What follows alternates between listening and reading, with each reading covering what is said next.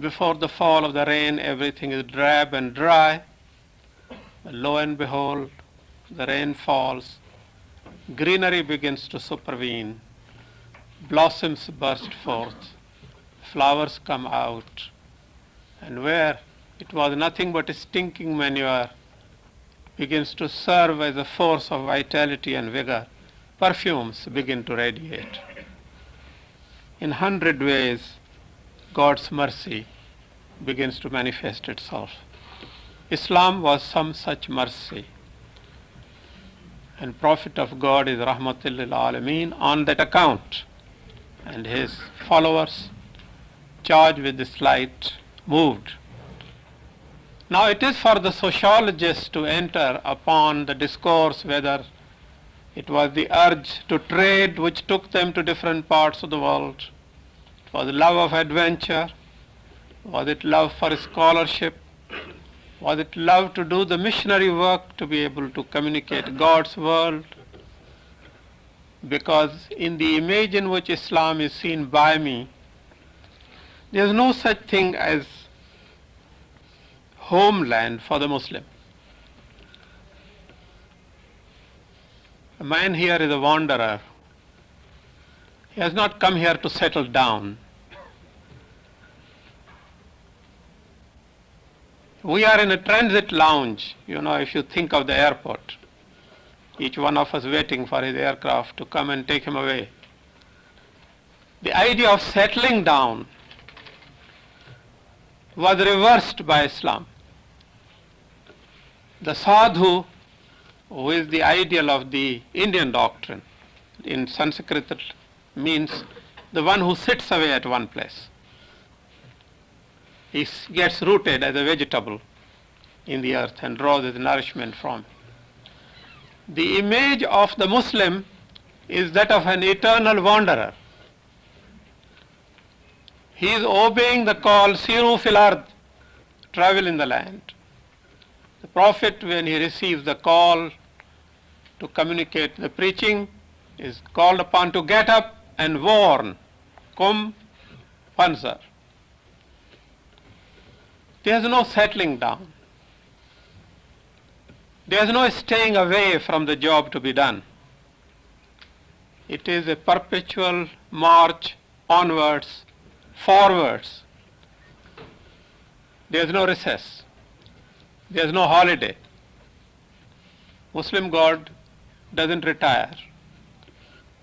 There is no such thing as a day of rest. The Indians are supposed to ring the temple bells to wake up their gods. No such exercise is possible where Muslim God is concerned. He never sleeps. And Takhallaqu bi ikhlaqillah had nearly meant that we who are here to reflect the divine attributes in our own being should also be perpetually on the march. And I therefore see in the forward march of Islam a basic urge of light to prevail over darkness. And the focal point of Islam was Jal haq wa dhaq al batil. Inna al batil kana zahuqa. The truth goes, that which is illusion or that which is the lie, in its confrontation is destroyed. And it is verily in the nature of the darkness that in its confrontation with light, it disappears. If there was darkness in this room for 10,000 years, Dr. Jones, and I introduced light, there would be no dialogue between the light and darkness. Darkness saying, I have been here 10,000 years. Give me 10 minutes, I will then go. At least I'm entitled to concession of 10 minutes. No, Quran says, Ja al-haq wa dhaq al-batil, inna al-batil kana zahuqa. It was this confrontation of light with darkness, of truth with the lie, which formed the passion, the driving power, the stimulus which enabled the Muslims to travel. It may have taken many forms. Ostensibly, sociologically, those forms have been written about. But I think what ultimately actuated the man to move forward was the missionary zeal to share this rahmah, this mercy, with his fellow men. I like to give one idea only because we don't have the time. I understand Maghrib time is drawing very close. So we must close before the Maghrib time comes. But there is one idea that I would like to share with you. And it is this, that so far as Islam is concerned, it is a member of Abrahamic family of religions. The first thesis is Judaism, its antithesis is Christianity, and its synthesis is Islam. Judaism comes with Book of Commandments. 10 commandments are quite clear to you. Time comes when only commandments are followed, but the spirit behind the commandments goes. So there is a mechanical conformity. That is the time when the Protestant Jesus Christ turns up. And he said that your mere conformity with the law will not be your redemption. The redemption lies in being anchored in the meaning, in the significance, in the purpose which is behind it. Therefore, he is at war with the mechanicalness which had overtaken the Bani Israels in their conformity with the law. And he stimulated, suffused into the practices of the time his vitality, the spiritual significance, and this necessarily meant a revolution, because you were moving now from the letter to the spirit. But a time came when his followers began to adhere only to the spirit and began to abandon the letter of the law, because the spirit by itself cannot subsist on earth. It must express itself in some bodily structure. Just as meaning cannot be communicated except by the utilization of the alphabet. So the meaning, which is the essence, is subservient to a conditioning, encasement and embodiment in matter, in form and in law. And that contributed to monastic life, a withdrawal from life. Concern of this world ceased to be the direct concern of man. And the result of it was that people began to cultivate otherworldliness. Monkery became the law of life. Islam has stepped in to synthesize the two. And Islam, therefore, looks upon affirmatively both on the Judaic tradition, at the same time also affirmatively upon the Christian tradition of the holiness of the Spirit, but insists that the work on the earth can only be done if the prayer is Rabbana Atana Fid Dunya Hasanatan wa Fil Akhirat Hasanatan. Goodness here and goodness to come in the hereafter.